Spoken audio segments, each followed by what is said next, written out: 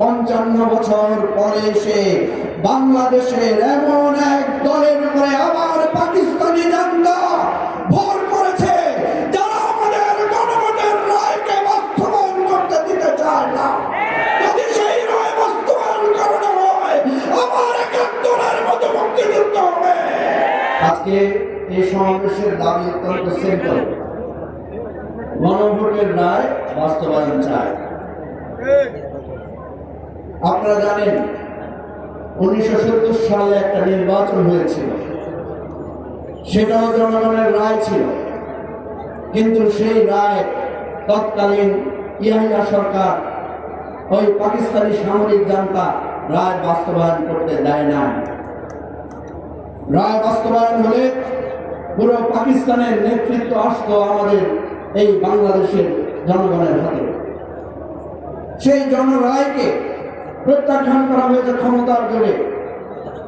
আশ্চর্য হয়ে যাচ্ছি আমরা, 55 বছর পরে এসে বাংলাদেশের এমন এক দলের উপরে আবার পাকিস্তানি জান্ডা ভর করেছে যারা আমাদের গণভোটের রায়কে বাস্তবায়ন করতে দিতে চায় না।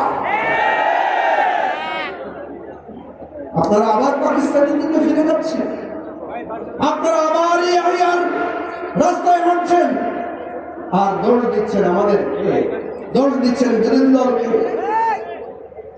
আমরা দেখেছি যেই ক্ষমতায় যায় সেই ক্ষমতায় গিয়ে তার অতীত ভুলে যায়। আজকে প্রধানমন্ত্রীর বক্তব্য দেখেন, আগের বক্তব্য দেখেন, স্বরাষ্ট্রমন্ত্রীর আগের বক্তব্য বর্তমান বক্তব্য দেখেন, তাদের নেতাদের আগের বক্তব্য বর্তমান বক্তব্য দেখেন।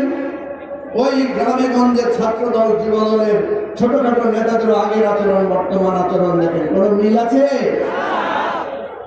যাদের আগের কথা আর পরের কথার মিল থাকে না, এরা কোনোদিন জনগণের আশা আকাঙ্ক্ষার পরিবর্তন করতে পারে না। আমাদের স্পষ্ট দাবি, জনগণ স্পষ্ট করে গণভোটে বলেছে, আপনারা দেখবেন খুঁজলে এখনো গুগলে সার্চ করলে পাবেন, আমাদের গণভোটের যেই ব্যালট ছিল ব্যালটের সামনে লেখা আছে আপনি কি জুলাই বাস্তবায়ন আদেশের সাথে একমত এবং নিম্নোক্ত 4টি বিষয়ে আপনার মতামত না না জানান। তাহলে জুলাই বাস্তবায়ন আদেশের পক্ষে মানুষ রায় দিয়েছে না? সংবিধান করে না গণভোট করে? সংবিধান বদলানোর জন্য আমরা কি করি? সংবিধান বদলানোর জন্য আমরা গণভোট করি। গণভোটের রায় হচ্ছে চূড়ান্ত রায়। সুতরাং গণভোটের মাধ্যমে বাংলাদেশের মানুষ নতুন রাজনৈতিক বন্দোবস্তের যে ঘোষণা দিয়েছে, যদি সেই রায় বাস্তবায়ন করানো হয় আবার 71-এর মতো মুক্তিযুদ্ধ হবে, আবার সংগ্রাম হবে, লড়াই হবে, জীবন দিয়ে বাংলাদেশকে নতুন রাজনৈতিক বন্দোবস্তে আমরা প্রতিষ্ঠা করব।